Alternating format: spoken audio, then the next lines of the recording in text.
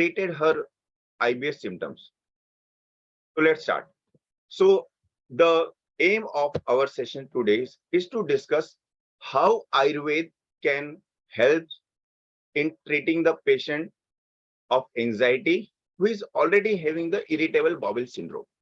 यानी कि इस केस प्रेजेंटेशन में हम ये देखेंगे कि हमारे पास इतने सारे लोग आते हैं और जो सबसे बड़ा टैकल पॉइंट होता है, यानी कि जो सबसे बड़ी डिफिकल्टी होती है, द डिफिकल्टी इज कि how to overcome the stress, यानी कि उनकी जो एंजाइटी सिम्टम्स है, उनके जो प्रॉब्लम्स है, कि जिसके कारण उनकी जो चीजें है, यानी कि आप मोस्ट ऑफ द टाइम ऐसा देखेंगे कि आपने ट्रीटमेंट चालू किया, पेशेंट को काफी हद तक आराम मिल रहा था, लेकिन कुछ दिन बाद पेशेंट आके फिर आपको बोलता है कि डॉक्टर साहब मेरा जो सिम्टम है पहले जैसा फिर से हो गया, या मेरा जो सिम्टम है वो जलन पहले से फिर जैसा स्टार्ट हो गई, मुझे जो मोशन है फिर स्टार्ट हो गई.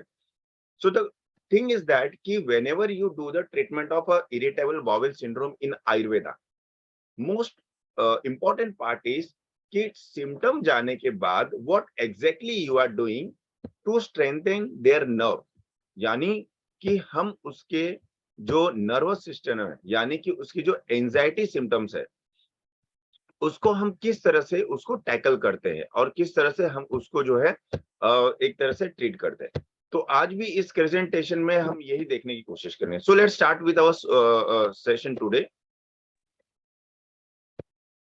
So the thing which we are going to learn in this session is the first thing कि how you are approaching in a case of a IBS symptoms. देखो मोस्ट ऑफ द टाइम आपके पास patient बहुत अलग अलग complain कर लिए आते हैं, और अगर IBS डायग्नोसिस करना है तो there is a very simple formula. any gut issue, whether it's a diarrhea, whether it's a constipation, whether it's the abdomen pain, 24-hour you are getting some type of a acidity complaint, and along with that you have some problem with the mental illnesses. Either you have anxiety or you have stress, or due to some reason bar bar precipitation हो रहा है, बार बार जो है lack of sleep हो रहा है, any related to मज्जा धातु. अगर ये दो चीज एक साथ आ जाते हैं और मोर देन 2 to 3 टाइम अगर वो एक तरह से परसिस्टेंट रहे, यानी कि वो बने रहे, then we call it as a ग्रहणी व्याधि. ग्रहणी व्याधि को मैं बार बार इसलिए एक्सप्लेन करते रहता हूं क्योंकि ग्रहणी के अंदर हम जो आज बात करने वाले हैं, जो IBS है, ये वातज ग्रहणी है. यानी कि वहां ऐसा लिखा होता है कि पेशेंट है, यानी कि जो हमारे पास ट्रीटमेंट लेने आता है, वो हमेशा यकृत प्लीहा शंकी होता है. अभी वो वर्ड हमें भले नहीं समझ में आता हो कि चरक संहिता के अंदर यकृत प्लीहा शंकी क्यों लिखा गया है, लेकिन इस वर्ड का मतलब बहुत ही सिंपल है. यकृत प्लीहा शंकी यानी कि ये पर्सन को हमेशा जो है डाउट आते रहता है, उनको 24 आवर लगता रहता है कि मुझे या तो यकृत रिलेटेड व्याधि है, या तो मुझे प्लीहा रिलेटेड व्याधि है, या मुझे हार्ट रिलेटेड मतलब ये व्याधि है. और हमारे जो केस डिस्कशन है, जो आज डिस्कस करने जाते हैं, ऐसे ही हमें एक पेशेंट मिला है कि जिसके अंदर ये शंका बना हुआ है. यानी कि 2500 ईयर भी पहले भी जो है संहिताकारों ने इस चीज को डिस्कस किया है कि the most important part is यकृत प्लीहा शंकी. यानी कि ऐसे पेशेंट जो बार बार डाउट कर रहे हैं, बार बार आप उनको बोल रहे हो कि नहीं आपको कुछ नहीं है, लेकिन फिर भी वो आपको बोल रहे हैं कि नहीं आपको कुछ है. तो ये चीज को कैसे टैकल करें, इसको हम लोग देखेंगे. तो यानी कि ग्रहणी दृष्टि तभी ज्यादा होगी जब अग्नि दृष्टि होगी. ये अग्नि आपके ओज के ऊपर डिपेंड है, और मोस्ट इंपॉर्टेंट पार्ट, ये ओज आपके थिंकिंग के ऊपर डिपेंड है. और आज हम इसी चीज को टैकल करने की कोशिश करेंगे कि कितने बार हमारे पास ऐसे पेशेंट आते हैं जो ओवर थिंकर होते हैं, कि उनको कितना भी समझाओ कि आपके सब ब्लड रिपोर्ट नॉर्मल है. बिकॉज IBS का सिंपल फॉर्मूला है कि your each and every report is normal. अब क्वेश्चन ऐसा है कि रिपोर्ट नॉर्मल होने के बाद भी ये एक्सेप्टेंशन क्यों नहीं आती है कि मुझे कोई व्याधि नहीं है और उसके ऊपर मैं एंशियस होना नहीं छोड़ता, उसके ऊपर ओवर थिंक करना नहीं छोड़ता हूँ. ओवर थिंक को क्यों ट्रीट करना जरूरी है? क्योंकि अति चिंतन ये रस दुष्टि का लक्षण है, और रस दुष्टि जब तक होता रहता है तब तक पेशेंट जो है IBS सिम्टम से बाहर नहीं निकल पाता. इसीलिए हमने आज के केस में एक टिपिकली उस IBS केस प्रेजेंटेशन के बारे में देखा है, या हम लोग डिस्कस करने वाले हैं. कि जिसके अंदर ये थिंकिंग जो है, ये मेंटालिटी है कि तुम्हें कोई बीमारी हुई नहीं है। ये समझाना भी उतना इम्पोर्टेंट है, लेकिन क्या आपके आयुर्वेद के अंदर ऐसा कोई ड्रग है जो आपके किसी एक थॉट को निकाल सके, कोई एक बैड एक्सपीरियंस को निकाल सके? तो यस, आयुर्वेद के अंदर एक ऐसा कल्प है जिसे हम कहते हैं कल्याणक घृत। यानी कि अगर आप लोग जिसमें से कोई मेंटल डिजीज के लिए कोई प्रैक्टिस करता होगा, वो हम ऐसा हमेशा उसे सजेशन देते हैं कि कोई भी मेंटल इलनेस इंड्यूस अगर आपको डिजीज दिखता हो, तो उसमें आप सीबीटी की प्रैक्टिस और सीबीटी के साथ साथ कल्याणक घृत का अगर एक साथ हम कॉम्बिनेशन दें, तो वो काफी हद तक रिलीफ मिल जाएगा। यानी कि आज के केस में भी हम देखने की कोशिश करेंगे कि कैसे सीबीटी, जो मैं बार बार एक अवेयरनेस के तौर पे बोलता हूं कि हमें सीबीटी एक्सपर्ट नहीं होना, लेकिन हमें कॉग्निटिव बिहेवियर थेरेपी एक आनी चाहिए थोड़ी बहुत। क्योंकि लोग बोलते हैं कि अरे ये तो आयुर्वेदिक नहीं है, ये तो मॉडर्न का, ये तो कोई साइको सोमेटिक जो पेशेंट जो साइकोलॉजी के प्रैक्टिस करते हैं वही दिखते हैं, बट ऐसा नहीं होता है। संहिता के अंदर यानी आयुर्वेद के अंदर देव अपश्य चिकित्सा, सत्वजय चिकित्सा और औषधि चिकित्सा तीनों का उल्लेख है। अब बात ऐसा है कि देव अपश्य हमारे तो आसपास नहीं है, लेकिन दो मोस्ट इंपॉर्टेंट पार्ट है वो ये है कि क्या हम लोग सत्वजय चिकित्सा करते हैं? तो मुझे लगता है नहीं। क्या हम कभी कॉग्निटिव बिहेवियर थेरेपी के बारे में पढ़ते हैं कि कैसे हम सामने वाले का जो है एक तरह से पूरे के पूरे उसके दिमाग से निकाल सके कि उसको कोई भी आईपीएस के सिम्टम नहीं है। जो उसको सिम्टम हो रहा है वो बिकॉज़ ऑफ ओनली एंग्जायटी है। तो ऐसे सीबीटी का जो है रोल हम आगे देखेंगे कि ये केस में हमने कैसे यूज़ किया। लेकिन एक चीज़ और याद रखो कि खाली सीबीटी से मोस्ट ऑफ द पर्सन थोड़े स्ट्रगल करते हैं रिलीव मतलब करने में। देखो सीबीटी से हर एक का एक तरह से बेनिफिट मिलता है, लेकिन मोस्ट इंपॉर्टेंट पार्ट है कि जो सीबीटी का एक लॉन्ग टाइम रोल है, वो सीबीटी का लॉन्ग टाइम रोल ये है कि हमें कोई एक आयुर्वेदिक ड्रग चाहिए पैरेलल, जो हमारे मेंटल स्ट्रेंथ को और बढ़ा सके, हमारे मेंटल कंडीशन को और बढ़ा सके, तो उसी के लिए कल्याणक घृत है। तो ये हम लोग आगे वापस से डिस्कस करेंगे कि आयुर्वेद के अंदर सीबीटी क्यों। तो यानी कि आज जो मैं केस टेकिंग आपको दिखाने जा रहा हूं उसमें ग्रहणी ही व्याधि है, यानी वातज ग्रहणी मतलब डायग्नोसिस है। लेकिन मेरा जो लाइन ऑफ ट्रीटमेंट है वो एक ऐसा है कि मुझे अगर किसी को मेंटल स्ट्रेंथ प्रोवाइड करना है, उसके ब्रेन को इतना बूस्ट करना है कि वो अपने आईबीएस सिम्टम्स के ऊपर थोड़ा कम ध्यान दे, उसको कम फील हो, उसकी ओवर सेंसिटिविटी नेचर है। जैसे बहुत बहुत से ऐसे लोग हैं जो बहुत सेंसिटिव होते हैं, यानी कि गृहिणी के अंदर एंजाइटी या मोस्ट ऑफ द टाइम जो एंजाइटी सफर करता है, वो सब एंजाइटी सिम्टम के अंदर एक ही चीज आप जो कॉमन देखोगे, ओवर सेंसिटिविटी। हम लोग बोलते हैं ना कैसे ये पेशेंट बहुत सेंसिटिव है, छोटी छोटी बात को बड़ा बना लेता है, हर सिम्टम को बड़ा बना दे देता है। तो ओवर सेंसिटिविटी पर्सन यानी कि वातज प्रकृति वाले पेशेंट, इनको सबसे ज्यादा एंजाइटी होने का एक तरह से लाइबिलिटी होता है। तो इसलिए हमारा जो गृहिणी के अंदर घृत को सिलेक्ट करने का चॉइस है, वो पूरा इसके ऊपर डिपेंड है कि हम उसके ऊपर जो है किस तरह का घृत यूज कर सकते हैं। और फिर से इधर जो choice of line of treatment में बताने की कोशिश किया था और फिर से डिस्कस करूंगा, वो है सत्ववर्धन चिकित्सा, सत्वजय चिकित्सा। और सत्वजय चिकित्सा ही कॉग्निटिव बिहेवियर थेरेपी है। अब देखते हैं कि गृहिणी के बाद, इतने श्लोक के बाद हमारा केस प्रेजेंटेशन में हमारा केस क्या है। हमारा केस एकदम सिंपल है कि एक 31 ईयर की फीमेल जो एक डेस्क जॉब करती है, जो ट्रेवल करती है एक बोरीवली टू थाने, और उस ट्रेवलिंग के अंदर ही उसको डिफरेंट डिफरेंट थॉट आते हैं। यानी कि उसको एक छोटा सा, यानी कि आप ऐसा मानो कि अभी राइट नाउ उसको जब हमारे पास आए थे तो 8 मोशन पर डे था। लेकिन ग्रहणी व्याधि या आईबीएस के अंदर मैं हमेशा फोकस करने की कोशिश करता हूँ कि आप जो है लूज मोशन को छोड़िए, आप उसके एब्डोमेन कंप्लेन को छोड़िए, आप ये देखिए कि उसको एंजाइटी कितना ट्रीटमेंट है, यानी कितने सिम्टम्स है। जितने एंजाइटी के सिम्टम्स है उतना आपको जो है उसके ऊपर ओवर फोकस रखना है। यानी कि मेरे पास जब कोई आईबीएस का पेशेंट आता है तो मैं ये बताने की सोचने की कोशिश करता हूँ कि वो मेंटल रिलेटेड जो है एंजाइटी का सिम्टम कितना बोलता है और अपने गट का सिम्टम कितना बोलता है। तो आप हमेशा देखोगे कि गट रिलेटेड ही उसके जितने एंजाइटी सब बढ़े हुए हैं। और रिपोर्ट सबके सब नॉर्मल आते हैं। तो इसलिए ये फीमेल का जो मेन इशू है यानी मेन कंप्लेन है, दैट इज कि फर्स्ट, कि since 13 year every morning she has a 8 episode of diarrhoea.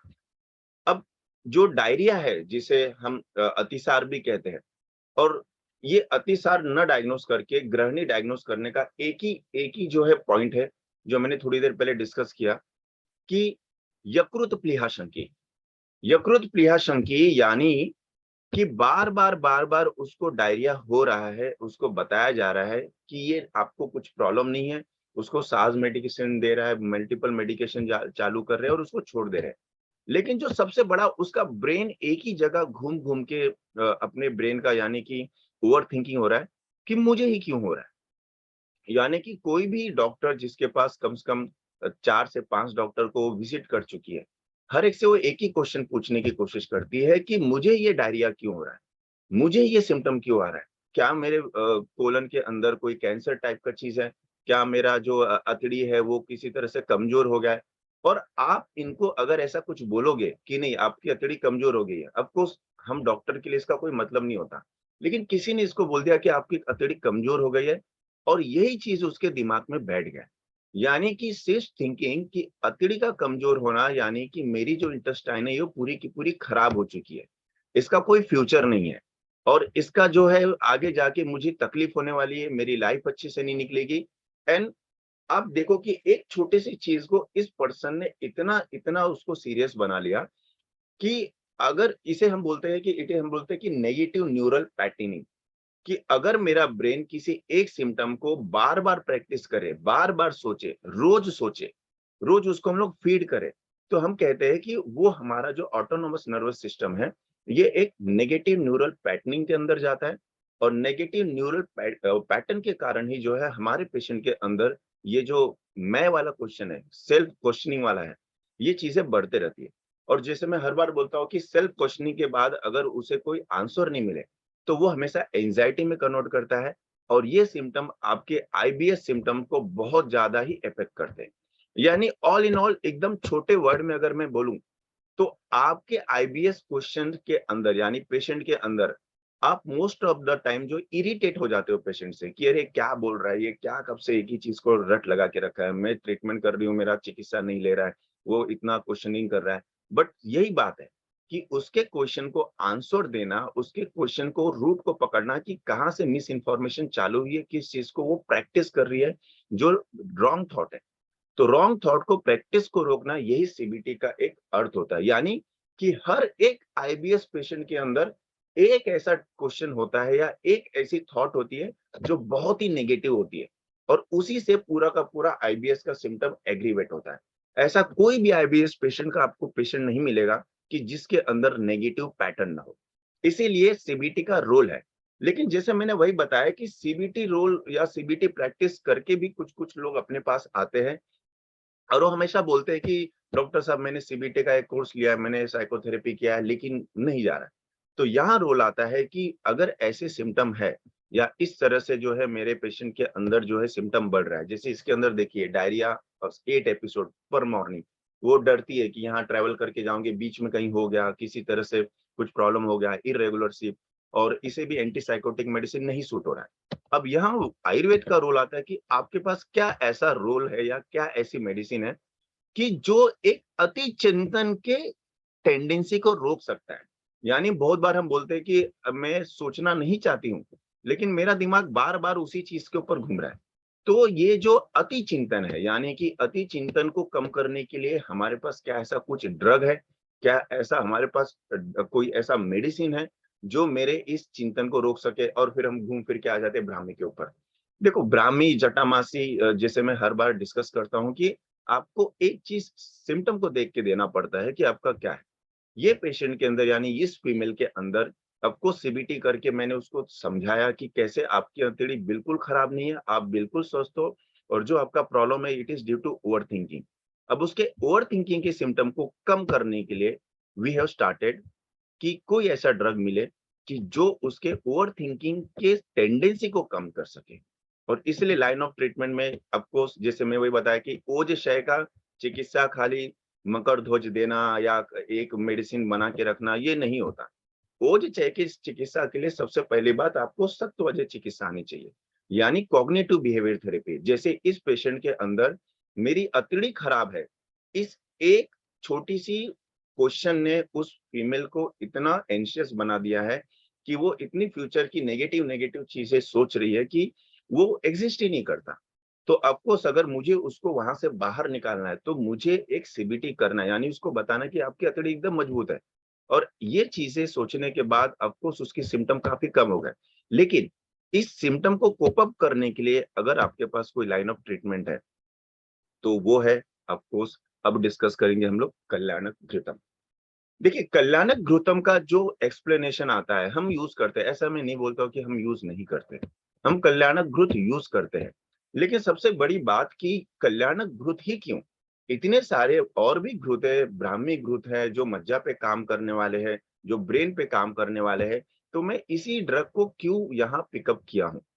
तो क्वेश्चन का आंसर ये है कि सबसे पहली बात, आपके पास अगर थोड़ा टाइम हो तो आप कभी भी ये देखा कीजिए कि आपका जो कल्प है वो किस रोग अधिकार से आता है। तो कल्याणक घृत का जो रोग अधिकार है वो उन्माद चिकित्सा, यानी चरक संहिता के अंदर उन्माद व्याधि के अंदर एक्सप्लेनेशन आया हुआ है। और उन्माद जो व्याधि होता है उसके अंदर आप एक बार अगर वातज उन्माद पढ़ोगे तो कभी कभी आपको लगेगा कि वातज ग्रहणी और वातज उन्माद कुछ कुछ सिम्टम उसमें ओवरलैप होते हैं, कुछ कुछ सिम्टम आपको दोनों जगह देखने मिलते हैं। तो ये सबसे मोस्ट इंपॉर्टेंट इंटरेस्टिंग पार्ट है कि नेक्स्ट टाइम जब आप किसी anxiety induce IBS, anxiety induce बोलने की जरूरत ही नहीं है, आईबीएस एंजाइटी इंड्यूस होता ही है। आप कितना भी दो या कितना भी किसी भी कल्प का उपयोग करो, सबसे बड़ी बात ये होती है कि एंजाइटी, ये हमेशा बोलने की कोशिश करता हूँ कि आपको बोलने की जरूरत नहीं पड़े, आईबीएस के अंदर जो है एंजाइटी का ट्रीटमेंट अपने आप ही होना चाहिए या अपने आप ही पुटअप करना चाहिए। इसीलिए अब इस गल्प कल्प को अगर मैं पूरी तरह से देखूं, जो मैं थोड़ा सा इवेल्युएट करूंगा कल्याण गुरुत के बारे में आगे, लेकिन कंटेंट के ऊपर आप ध्यान दोगे तो इसमें दो टाइप के कंटेंट्स है। कि पहला कंटेंट कि इसके अंदर तिक्त रसात्मक ड्रग जो है बहुत ज्यादा है, मधुर रसात्मक भी है और कटु रसात्मक भी है। तिक्त रसात्मक ड्रग ज्यादा होने के कारण इसकी गामित्व तो जो है ये वात स्थान के ऊपर ज्यादा होती है, मज्जा के ऊपर ज्यादा होती है। और मोस्ट इंपॉर्टेंट जो है कि घृत ही क्यों, क्योंकि घृत अपने आप लिपोफिलिक होती है, इजीली ब्लड ब्रेन बैरियर को जो है क्रॉस करती है।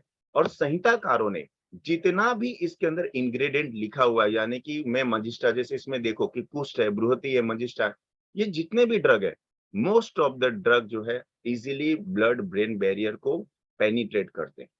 तो यही रीजन है कि कल्याणक घृत जो है हीन सत्वों के ऊपर, जिसके सत्व बहुत कम है, जो बहुत ओवर थिंकिंग है, जो बहुत सेंसिटिव है, जिसके सिम्टम को कोप अप करने में मतलब डिप्रेशन जैसे सिम्टम को कोप अप करने में बहुत डिफिकल्टी महसूस होती है, ऐसे लोगों के अंदर ही कल्याणक घृत घृत जो है एक बेस्ट चॉइस ऑफ मेडिसिन पड़ सकता है। अब इस पेशेंट के अंदर जैसे मैंने वही बताया कि हमने क्या स्टार्ट किया। तो देखो खाली 3 ही ट्रीटमेंट, ऐसा नहीं कि मैं एक जगह से 4-5 वटी दे रहा हूँ और एक जगह से अलग-अलग चीजें दे रहा हूँ। सिर्फ संप्राप्ति मेरी काफी क्लियर है कि इसके अंदर जो है हमें जो है अति चिंतन, यानी कि एक सत्वहीन पर्सन मुझे मिला है, जो किसी भी चीज को कोप अप करने में बहुत डिफिकल्टी महसूस कर रहा है, और वातज प्रकृति वाली। और मैं हर बार बोलता हूँ कि वातज प्रकृति आपको दिखे या आपको आईबीएस वाले पेशेंट मिले, जो मोस्ट ऑफ द टाइम आपको वातज प्रकृति वाले ही मिलेंगे जो जल्दी नहीं ट्रीट होते। तो ऐसे लोगों के अंदर जो है कल्याणक घृत का बहुत ही इंपॉर्टेंट रोल हो जाता है। पहला कल्प जो है वो जीरिकादरिष्ट डालने का यहाँ अर्थ क्या है। देखो जीरिकादरिष्ट के बारे में आप पढ़ेंगे तो आपको ऐसा लगेगा कि तो वात पित्त प्रधान दुष्टि है, जिसमें वात और पित्त की दोनों होती है। जैसे मेरा पेशेंट जो है इंसोम्निया वाला है, इसको बरोबर स्लीप नहीं आती, वो बरोबर रात को सो नहीं पाती है। तो ऐसे में मैं कोई ऐसा कल्प नहीं यूज करूंगा कि जो वात कफात्मक हो, यानी कि रात्रि जागरण से जो है नींद अगर प्रॉपर ना हो, स्लीप प्रॉपर नहीं हो, तो हमने संहिता के अंदर पढ़ा है कि रात्रि जागरण जो है ये पित्त प्रकोप और वात दुष्टिकर होता है। तो इसीलिए शरीर के अंदर जो है पित्त दोष भी बहुत बढ़ते हैं, इसलिए ऐसे ड्रग के अंदर बहुत ज्यादा हम लोग खाली जो है विसूचिका हरवटी या संजीवनी वटी लॉन्ग टर्म तक नहीं यूज कर सकते। तो ऐसे कल्प के अंदर जीरे का अरिष्ट, ये उस अरिष्ट की कल्पना में आता है, जैसे मैं हर बार बोलता हूँ कि जो पित्त शमन करने की कैपेसिटी जिसकी अच्छी होती है, ऐसे अरिष्ट का लिस्ट काफी कम है। तो जीरे का अरिष्ट उसी में से है कि जहां पित्त अनुबंध वात, अगर आपको रोग मिले हैं, वहां इसका उपयोग करना चाहिए।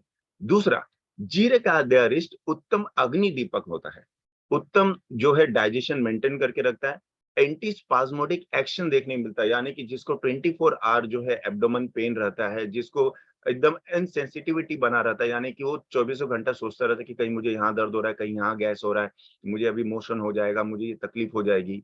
जीरे का अरिष्ट उसी के लिए कल्प है।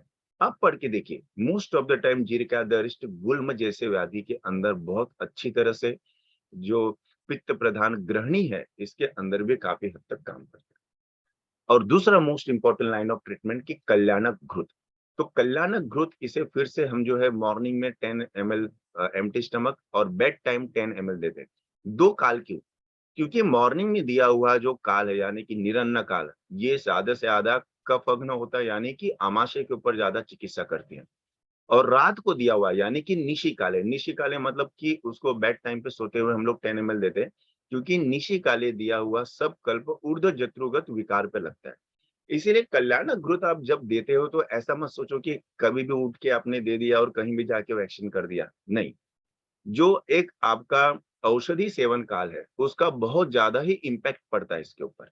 इसीलिए कल्याणक घृत को मुझे दोनों टाइम पे दोनों अलग अलग एक्शन दिखाना है।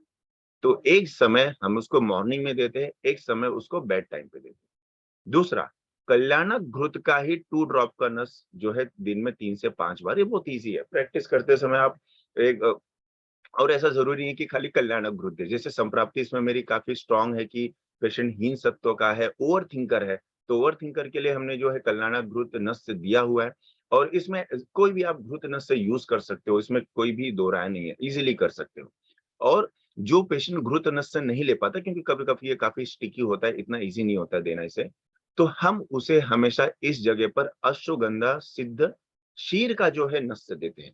यानी कि आप अगर देखा जाए तो अश्वगंधा सिद्ध दूध जो है, ये क्लिनिक में बुला के उसे हम लोग जो है 20 ड्रॉप ईच नॉस्ट्रिल से देते हैं। अभी आपको ऐसा लगेगा कि अरे 20 ड्रॉप बहुत ज्यादा है, ये तो बहुत ज्यादा हो गया, पर नहीं।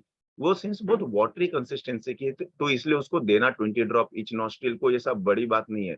हम लोग इसे एक तरह से कह सकते हैं कि ये नस से प्रकार का, जो हम लोग मॉर्निंग में हमने एक तरह से भाव प्रकाश में पढ़ा है कि जल नस्य, कि जल नस्य में हम ये नहीं देखते कि 2 ड्रॉप 3 ड्रॉप डाल रहे हैं। हम पूरा का पूरा उंगली लेके जो है नस्य करते हैं, जो बोला है कि एकदम दृष्टि एकदम ये करती है, तेज करती है। और इसलिए इसलिए मेरा ऐसा मानना है कि जो दुग्ध नस्य है, वो 20 drop 25 drop 30 drop each nostril आराम से लिया जा सकता है, बशर्ते आप उसको गर्म करने के बाद अश्वगंधा पाउडर से गर्म करने के बाद उसको आप छान के यूज करो। तो रीजन ये है कि अश्वगंधा सिद्ध शीर जो है, ये डायरेक्टली मेद्यगामी होता है। दूसरी बात, भ्रूणात्मक होता है।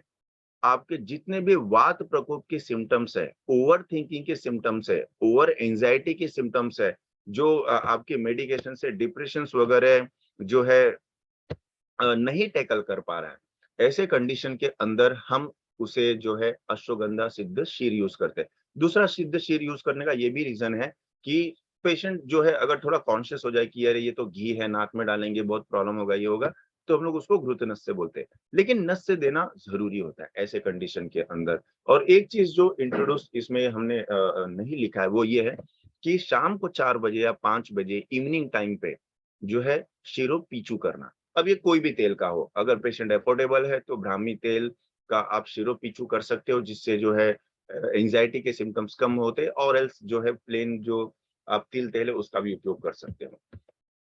अब बात यह है कि 3 वीक्स ट्रीटमेंट देने के बाद हम देखेंगे आगे की सिम्टोमेटिक रिलीफ क्या है। लेकिन आप इंग्रेडिएंट पे ध्यान दें कि कल्याणक घृत के अंदर जो हमने स्टार्टिंग में डिस्कस किया कि कल्याणक घृत के अंदर जितने भी कंटेंट है, उसमें से जो 15 है रियरली, वो आधे से आधा जो है तिक्त रसात्मक है। बाकी मधुर है, कटु है, कषाय है, अम्ल है। और सबकी वीर्य यानी कि मोर देन 30 to 40% ड्रग है, उसके वीर्य जो है उष्ण है। उष्णवीर्य का यहाँ क्यों सिलेक्ट किया गया है? बहुत लोग क्वेश्चन पूछते हैं, अरे उष्णवीर्य आप दोगे तो आपको कुछ बहुत ज्यादा रिलीफ नहीं मिलेगा, बट ऐसा नहीं है।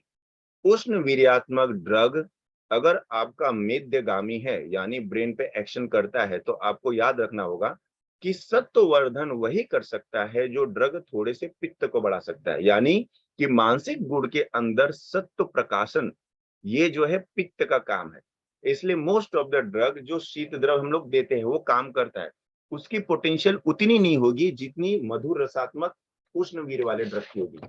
जैसे बहुत सारे ऐसे ड्रग है जो मधुर रसात्मक है, लेकिन उसका जो वीर्य देखोगे शीत है, ये उतना मेद्य नहीं काम कर पाएंगे।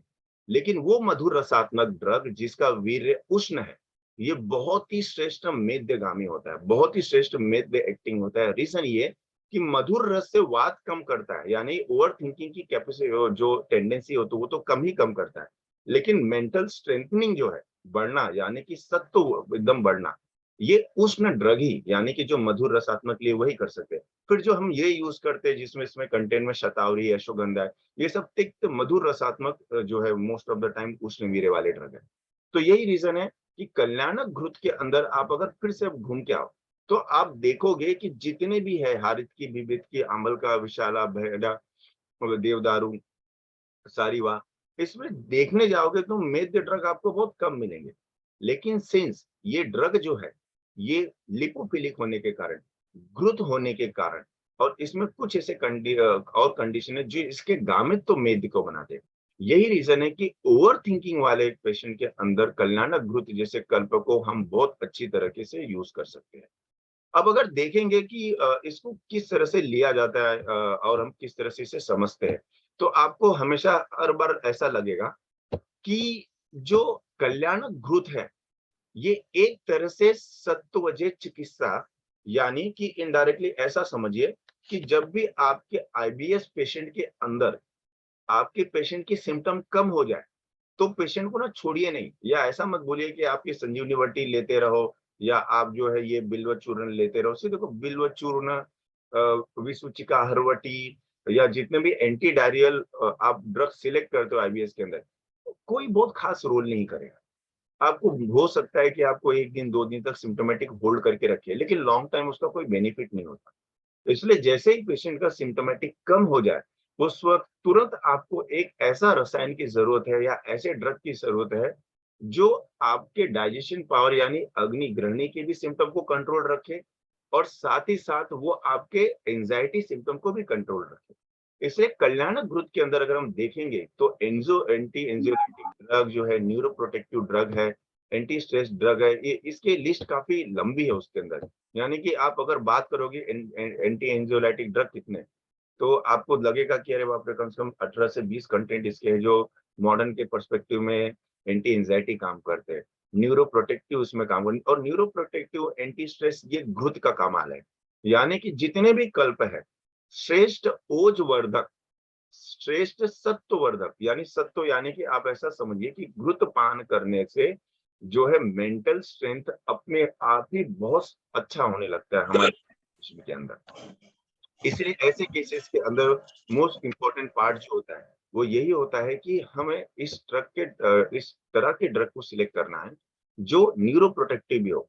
एंटी स्ट्रेस वाले यस ऑफकोर्स ड्रग है, नोट्रोपिक एक्शन वाले ऑफकोर्स है कि जो ब्रेन के जो है थिंकिंग कैपेसिटी को अच्छा कर सकते हैं। लेकिन ये अलोंग विथ आईबीएस, जो मैंने अभी थोड़ी देर पहले डिस्कस किया कि आईबीएस के अंदर सीबीटी, यानी कि आपका उसका कॉज पकड़ना, ये इंपॉर्टेंट है। और फिर साथ में कल्याणक ग्रुप, और ये आप अगर किसी तरह से जो है एक अलग जैसे मैंने आपको बताया कि आप अगर थोड़े साइकोलॉजिकल पेशेंट को ज्यादा देखते हैं, बाइपोलर ज्यादा देख रहे हैं, डिप्रेशन ज्यादा देख रहे हैं, एंजाइटी, पैनिक अटैक, तो ऐसे केस के अंदर कल्याणक ग्रुप को और कॉग्निटिव बिहेवियर थेरेपी को दोनों एक साथ दीजिए, बहुत इजीली काम करता है, यानी बहुत अच्छे से काम करता है। हमारे पेशेंट के अंदर जब हमने इसे स्टार्ट किया, 1 महीने के अंदर आप देखिए कि क्या है कि पहली बात, एपिसोड जो 8 एपिसोड पर डे होता था, वो रिड्यूस हो गया खाली 2 episode per day. Self questioning बिल्कुल ही कम हो गया, यानी कि मुझे क्यों हो रहा है, मेरी अतड़ी क्या खराब हो गई है, क्या मेरी अतड़ी जो है सिक्रीशन कम करने लगा। और दूसरा मोस्ट इंपॉर्टेंट बात मैंने उसे ये बताया कि सोशल मीडिया का जो है नॉलेज लेना बंद कर। क्योंकि सोशल मीडिया का नॉलेज लेते रहने से बहुत ही मिस इन्फॉर्मेशन जाता है, और पेशेंट को मैं हमेशा बोलता हूँ कि मैं जो वीडियो भेजूंगा वही आपको देखना है। तो ये मोस्ट इंपॉर्टेंट है कि ये देखे कि पेशेंट को कोई ऐसा फिर से मिस इन्फॉर्मेशन ना मिल जाए कि जिसके कारण उसका जो प्रॉब्लम है वो काफी बढ़ जाए, वापस से बढ़ जाए। क्योंकि ट्रिगर होने के लिए बस उसको एक मिस इन्फॉर्मेशन चाहिए, इसलिए हमको पेशेंट को मिस इन्फॉर्मेशन से बताना। दूसरा, कि स्लीप बहुत ही रेगुलराइज होगी, काफी अच्छी से सोती है, पाल्पिटेशन पूरा का पूरा स्टॉप हो गया है। अब ऑरा नहीं आता। सी, ऑरा और एग्रीवेशन ये सिम्टम है, ये एंजाइटी की सिम्टम है। कि जैसे वो जॉब करने निकली है, उसको पता है कि रोज उसको 8 मोशन पर डे हो रहा है, तो उसको बस से ट्रेवल करना है, आधे घंटे का है, फीमेल है। वो खुद ही सोचती है कि अरे मुझे अभी पेट में गड़बड़ चालू हो रहा है, अब मुझे डायरिया हो जाएगा, अब मुझे सिम्टम हो जाएगा। तो एक ही थॉट के ऊपर बार-बार प्रैक्टिस करना, बार-बार सोचना, ये वापस से दिखाता है कि पेशेंट जो है सेल्फ क्वेश्चनिंग ज़्यादा कर। तो इसलिए हम हमेशा पेशेंट को बोलते हैं कि सेल्फ क्वेश्चनिंग कम करना है, और हम ऐसे मेडिसिन दे रहे हैं कि जिससे इस चीज़ के अंदर इम्प्रूवमेंट आएगा। तो यही ओवरऑल है कि कल्याणक ग्रोथ आप प्रैक्टिस के अंदर most of the time IBS patient के अंदर एज अ रसायन आप इसे यूटिलाइज कर सकते हैं। तो फिर से ट्रीटमेंट एक है कि प्रॉपर गुरुत्वपान, सीबीटी पर मंथ आप इसका कोर्स चार्ज कर सकते हो उसका, और कल्याणक ग्रोथ।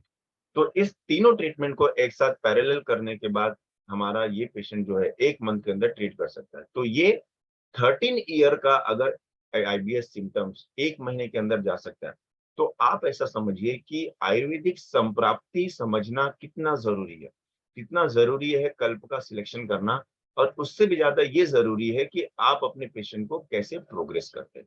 तो ऑफकोर्स इसे पूरे के पूरे 7 to 8 मंथ लगेंगे।